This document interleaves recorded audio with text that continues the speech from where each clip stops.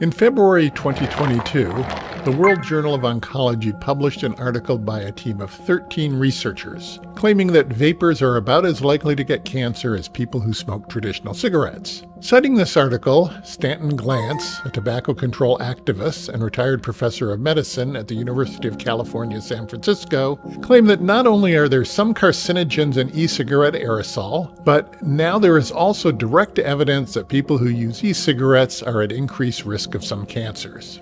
And then the World Journal of Oncology's editors retracted the study because concerns have been raised regarding the article's methodology, source data processing, including statistical analysis, and reliability of conclusions. The editors of the journal and their paper's peer reviewers failed to notice the study's many flaws prior to publication, but they ultimately concluded that it was bad enough to retract. Even so, it's worth dwelling on the problems because they're typical of what we see with statistical studies on this topic and other public policy issues. The retracted study claimed a large sample size with data on 154,856 subjects. For assessing the cancer risk of vaping versus traditional smoking, what we should be looking at are vapers who never smoked traditional cigarettes and yet have cancer. There were 180 vapers with cancer in the study, but based on general population percentages, probably fewer than 100 of them had never smoked traditional cigarettes. That's too small a sample to draw robust conclusions.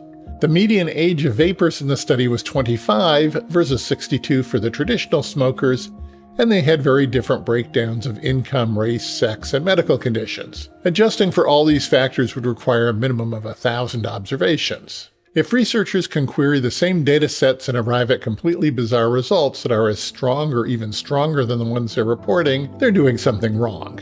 In this case, the authors claimed active vapers had 2.2 times the risk of cancer as the control group. But their logistic regression showed that people who never used cocaine, heroin, or methamphetamines also had a 2.2 times higher risk of getting cancer. Why didn't the authors run with this finding, that cocaine might be a cancer preventative? Because it's absurd and would likely have brought ridicule. According to the researchers' data, being white raises your cancer risk by 2.6 times. Having a middle income of between $25,000 to $65,000 raises your risk 2.3 times. The authors didn't report these spectacular findings either. This paper is among the worst of the anti-vaping articles that managed to get published in respectable peer-reviewed journals and cited by regulators and legislators.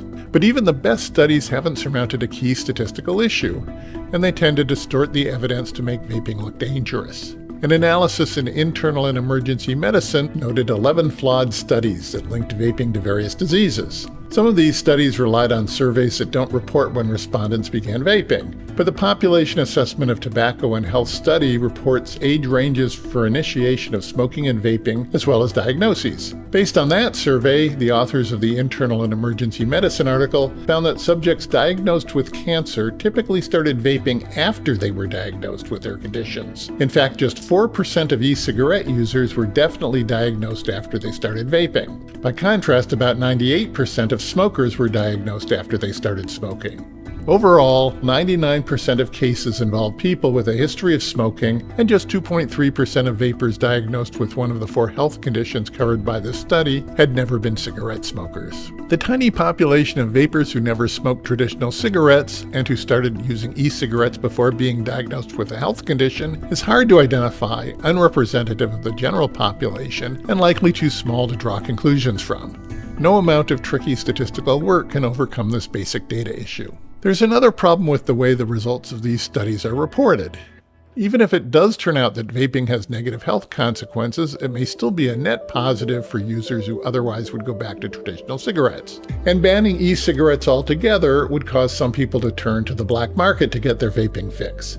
Then they would have no idea what they're sucking into their lungs because there would be no quality control. In 2019, underground manufacturers of marijuana vapes mixed vitamin E acetate into their products, which likely explains why 2,807 people ended up hospitalized and 68 died. Proving that traditional cigarettes cause cancer, which they do, required 2 types of data: observational studies and experimental studies. First, people noticed that cancer patients were more likely to be smokers than non-cancer patients, and then careful experimentation teased out some of the mechanisms by which smoking led to cancer. Observational studies, even without data issues, can show only an association, not causation. Although most vaping studies claim only an association, journalists, activists, and public officials are quick to assert causation. Experimental studies can show causation, but can't measure the practical extent of an issue or possible offsetting factors.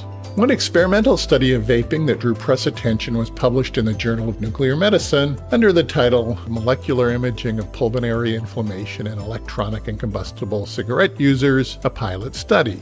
A new study shows e-cigarettes cause more inflammation in the lungs than traditional cigarettes. The researchers at the University of Pennsylvania say vape devices cause unique damage to the lungs that is not yet fully understood. One problem with this particular paper is that it studied only 15 people.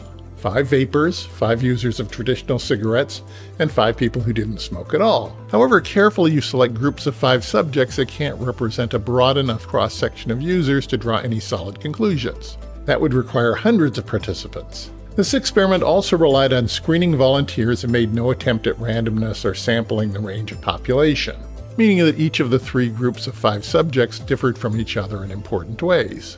The paper did not show that vaping causes increased lung damage. In fact, the research didn't check for that. Instead, it looked for biomarkers, or chemicals thought to be associated with lung damage. By that measure, they found no difference between the 5 vapers and the control group of 5 people who had never vaped or smoked. The study did find that uptake of a chemical thought to react to a biomarker for lung damage was higher in the 5 vapers than in the control group. But the 5 cigarette smokers included in the study had a lower uptake of that chemical than the controls, which makes the conclusion suspect since we know traditional cigarettes cause lung damage. Most likely, the correlation can be attributed to random chance. And this was a pilot study, meaning it was aimed not at generating firm conclusions, but at testing procedures and determining which hypotheses could be tested in a subsequent study. The authors mention more than 30 statistical tests at the 5% level of significance, and they may have conducted more. A 5% significance level means there's a 5% chance of getting a positive result by random chance, even if there is no association at all in your data. With 30 tests, you expect 1.5 positive results, even if vaping is unrelated to lung health. The authors got 2 positive results out of 30, which is hardly strong evidence of anything. And the 2 results are among the least direct in terms of linking vaping to lung damage. The more direct tests of biomarkers failed to find any differences among the groups. A classic prohibitionist argument is that while a controversial activity may not be harmful in itself, it leads to bad things. In the case of vaping, several studies suggest that young vapers are something like 7 times as likely to smoke traditional cigarettes in the future than similar young people who don't vape. The data is pretty clear so far in the limited studies we have that it looks like it is a gateway for youth smoking. An off-cited paper in this area, E-cigarettes and future cigarette use, is typical of the genre. Out of 298 Southern California 17-year-old high school students who didn't vape, only 11% were smoking cigarettes a year later. Among those who were vaping at 17, 40% had taken up old-fashioned cigarettes at 18. The paper did a lot of additional analysis, but this is the basic statistic driving the conclusion. To the authors' credit, they were careful to label this an association between vaping and future smoking, rather than claiming that vaping caused future smoking. Yet when this paper was cited by regulatory authorities, they interpreted it as causal evidence and therefore as a justification to restrict vaping. There are reasons to be skeptical about this kind of research. Not everyone is honest when they fill out a survey, especially young people asked about activities that are frowned upon. And only 14% of the students interviewed at age 17 participated in the follow-up survey a year later. The missing students might be systematically different from the ones recorded in the study. It's also plausible that teenagers who vape differ from teenagers who don't in ways that independently affect their likelihood of smoking. Perhaps the type of kid who vapes at 17 is more likely to smoke at 18. In that case, restricting vaping among 17-year-olds probably won't reduce smoking at age 18. In fact, some 17-year-old vapers will switch to traditional cigarettes or turn to underground purveyors of e-cigarettes, which would pose a much more serious health risk. There is plenty of evidence that many smokers use vaping to reduce or quit smoking. In fact, adolescent smoking has continued to fall as adolescent vaping has increased.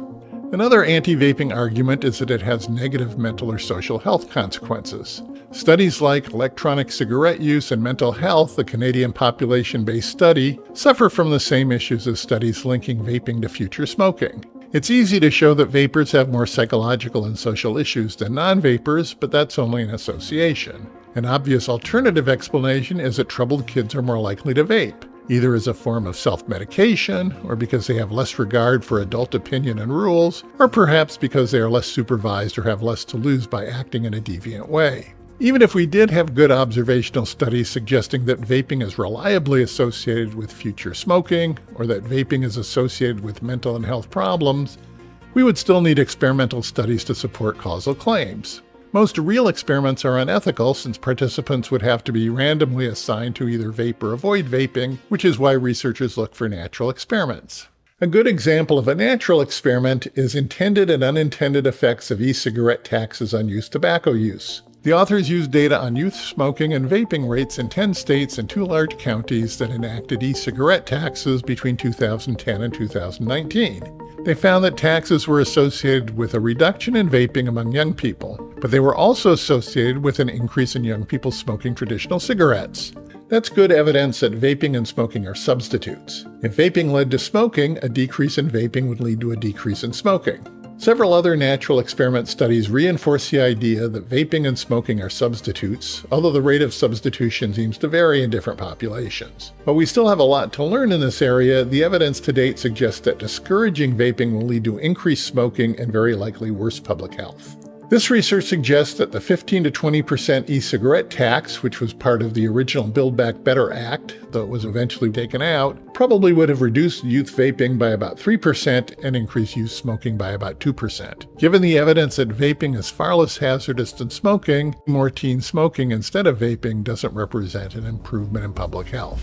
None of this research shows that vaping is safe, and it doesn't rule out the possibility of negative health effects that haven't been found yet. But in public policy, the most important question is, instead of what? In real life, there are no solutions, only trade-offs. There's overwhelming evidence that if the alternative to vaping is cigarette smoking, vaping represents a huge improvement for public health. Government officials generally fail to reason in these terms. They tax, ban, and regulate as if their policies exist in a vacuum, citing statistically dubious studies to support their preconceived policies.